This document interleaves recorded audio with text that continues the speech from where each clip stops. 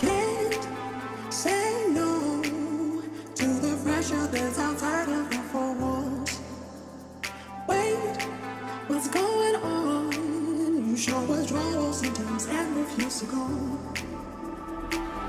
High off the ground, high off the ground. Can't catch us now. Can't make a sound, can't make a sound. I guess we're good at escaping.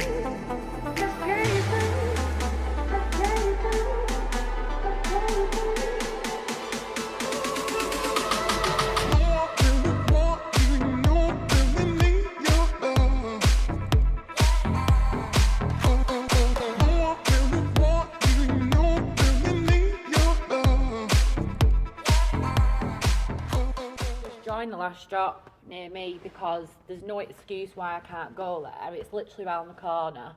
So yeah, I have been going there, but as soon as it gets busy, I'm like, fuck this, I'm going. I can't be in the room when it's dead busy. Like, I was dead self-conscious in there because, especially when you see proper fit girls around you exercising, I was like, I am shit. Especially when I'm like exercising with a fucking cotton bud and they're there with like...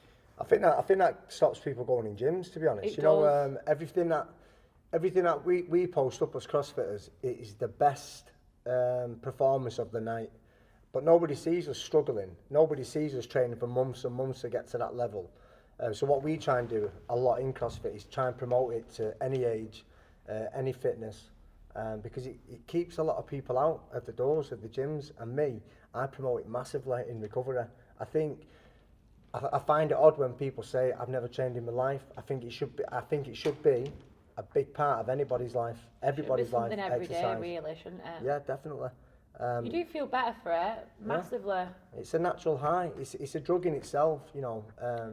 I talk about addiction a lot in recovery, and I feel like what I do today, I've transferred my addiction from crack cocaine, alcohol, all the worst things that there ever was.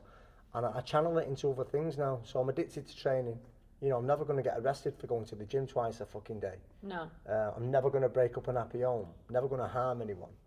And that's what I try and promote first and foremost. Amongst all the other things that I've kind of been through and whatever, bulimia is one thing that I never touched upon, and I just found it so embarrassing to talk about when I was going through it. When I was a kid, it's not something I've gone through as like an adult. Yeah. But as a teenager, and then as I've got older, I've just never really spoke about it because I found it just so embarrassing. But then the book, actually writing about it, putting pen to paper.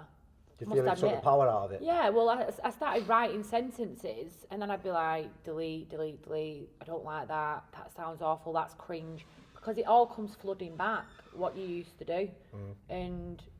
But doing the book did help. And that's why I can obviously see if I'd not spoke about that, putting pen to paper, when you mentioned bulimia, then I wouldn't have even said anything. I've never even said it before. But because I've done it, it's kind of like I don't know, just dealt with it now. So it's just... You've got it out. Yeah. Got it out it's just become a thing of my past now that I don't have to really think about it anymore. I could talk about it like I'm talking about it in, like it's about somebody else kind of thing. I think it's fucking Men right. get forgotten in everything in that respect. Unless it's about like alcohol and drugs, men do get forgotten. Like it's always about women. Not that there's anything wrong in that, but I think it just goes down to the fact that we've always kind of thought that men are meant to be the stronger ones. Men aren't meant to have problems, when in fact, I think probably men, I mean, I don't know the statistics, but men probably suffer a hell of a lot more than women because they bottle so much shit up. Like, and not just about like drugs and alcohol and stuff, it can be about like anything. Yeah.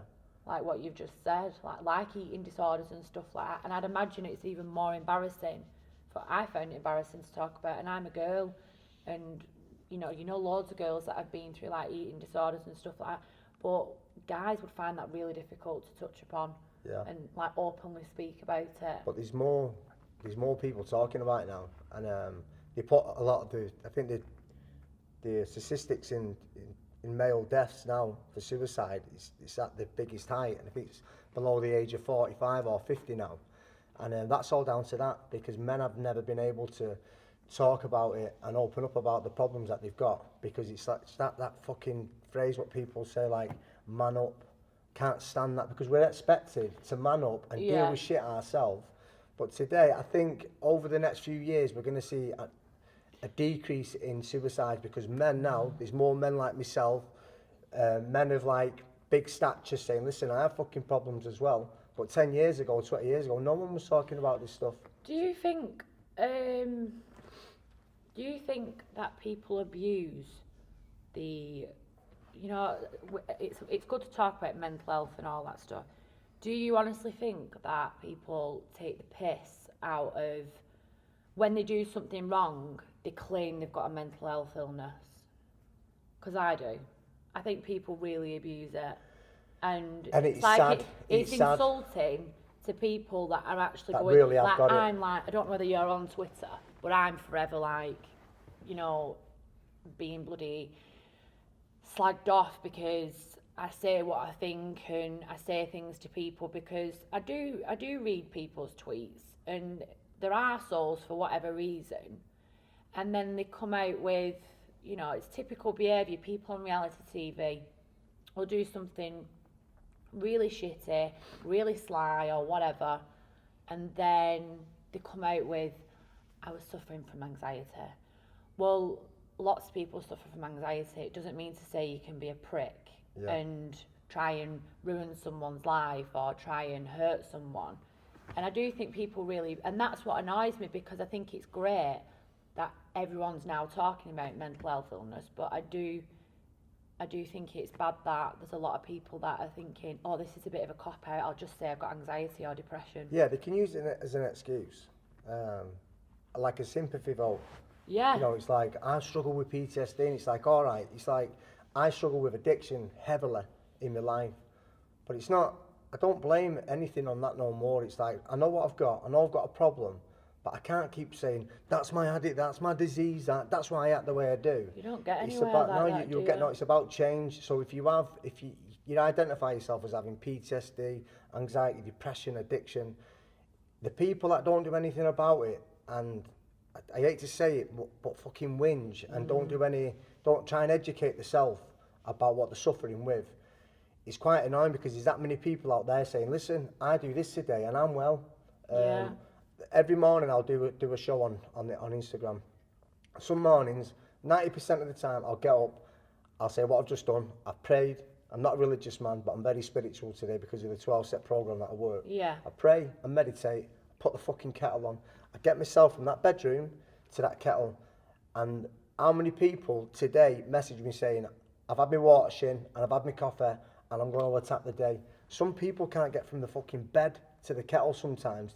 They just can't get from there. And I used to sit in that pain thinking, how am I going to cope with this? And it's about other people showing others how to get through it. All the greatest books tell us the same thing, but The Secret you can watch on YouTube. And I was picking up on what you were saying. Gratitude is key. It's if you've got gratitude in your life for what you've got, you can always achieve greatness. But if you can't be grateful for what you've got now, I truly believe you'll never get to your height that you want. And all the self-help books, the YouTube, The Secret, they all tell us the same thing. It's gratitude. Just be grateful for what you've got. Think positive. But it's not always easy to do. Depression and anxiety. I can get up and I can talk a good one on the show, say, right, everyone, have your coffee, and then I can press finish. And then I can think, that was bullshit. And then I'll have to go back on the show and say, right, here's where I really am. All right, I was coming on saying, my life's great. What about the people like me or yourself that suffer with depression and anxiety and look upon others and think, why is their life so fucking great? But it's not really for that split second of a picture showing the greatness of their day. We can feed off that, so it needs more honesty. That's what annoys me about media. Social media. And again, like, I feel like I whine about stuff when I see it. But that's good. I do. It's honest stuff. I watch some people who are influencers, and I just think, you're not a fucking influencer at all. And I'm so glad that, see, I've never allowed my child to have social media. He's never been allowed it for obvious reasons. And I'm so glad, because I would hate, especially if I had a teenage girl, you've got girls looking up to these so-called influencers who are absolutely Now we're getting to the meaty stuff. Right. I'm liking this one. Influencers. They're like living it large. They're going everywhere for free. They've got everything given to them. What is that teaching teenage girls to be like? Like, they're looking at them thinking that that's the life I want. I want to be a YouTuber, or I want to be an influencer because I get everything for free. And then, but they don't show, like, why do they not sit there and talk about how, like, they might feel like shit some days? The word influencers It's all just like, to... live my best life and stuff. And it's like, well, why don't you be realistic and talk about how shit it can be as well? Yeah. They never throw that in. And that's what's damaging to, like, young girls. See, Well, and young lads. It wouldn't be as much of a problem if they did do that. So I love to see people doing well, and they're doing great, but it's like, it can't be like that for anybody in life. Every day is just the best day ever. Show us your struggles. So for an influencer, I don't believe if you call yourself an influencer, or you're trying to make an influencer become your career, you can't ask for it. It's got to be given to you. For me, an influencer is something like Martin Luther King that went through some real fucking struggles. But today, influencer, the word is used so cheaply. It's about things like Love Island. Damaging. I was going to say the same word. Damaging. How damaging is it to our younger generation? I think it's really damaging. Like, we're older, so it's all right. So I can watch it and I can sit there and just rip people to shreds, and I can sit there and go, oh, she's pretty, whatever, and turn the TV off and get over it. It's done. But other people, how people are so fixated on these people, I think it's scary. Like, you see, like, people on social media talking to these people, like actually getting passionate about stuff, about, like, these relationships that these people are in on these shows, and it's like, why are you asked about if one of them's lying to the other one? Like, it's all right passing comment, and I take the piss on Twitter all the time. I must admit, this is the first Love Island I've ever watched, the one that's just been on. I've never watched it before. I watched it, like, because I wanted to see what the hype was. It's something to do, and, like, in God's honest truth, like, I have my mum a lot at night time, so I just put it on the TV. I've never watched it until, like, this year, and when I actually watched people's comments and read what people had to say afterwards, I just thought, why are you going onto their Instagram writing shit under the pictures? Why are you that bored to watch the programme and then think, do you know, that's really on my mind, that I'm just going to go on and just give them a piece of my mind? You just said the word, the programme. It's like today, you know, David Icke isn't fucking a stupid man, and he talks about this all. It's like we're being fucking programmed from an early age. Yeah. Social media today, the statistics on the young generation using drugs and alcohol now has dropped massively. But where has it dropped to? Addiction just doesn't stop. It transfers. So for me, self-obsession, social media is going to be, there's going to be fucking meetings about it. It's going to be all sorts. A lot of stuff's going to be coming from. There already is. They're like, super self-obsessed. Everybody's got their own TV show. Everyone's got their own vlogs. Everybody's after the likes. They're instant gratifications. Now they're doing something at the minute in Australia. They're stopping the like system, aren't they, on Instagram, which is, I think, it's a great thing to do.